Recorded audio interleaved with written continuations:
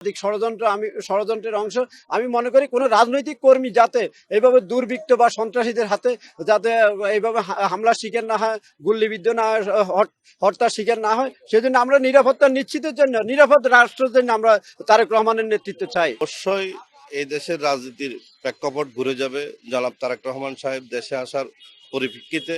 আমরা আশা করতেছি আমাদের আগামী নেতৃত্ব আরো বেগবান হবে, আরো সুন্দর হবে, ভালো হবে। আমি আশা করতেছি তারেক রহমানের আরো এই দলকে আরো সংগঠিত করবে, আরো সুন্দর দেশকে উপহার দিবে দেশের জনগণকে। তার নেতৃত্বে আগামী নির্বাচনে বিএনপি ক্ষমতা আসলে তার নেতৃত্বে দেশ আরো সুন্দর এবং ভালোভাবে চলবে, সেটাই আমরা আশা করি। অন্ততপক্ষে এটুকু আশা আছে, বিশ্বাস আছে, স্বৈরাচার শেখ হাসিনার মতো দেশ বিএনপি কখনো চালায় না, আগামীতেও চালাবে না ইনশাআল্লাহ।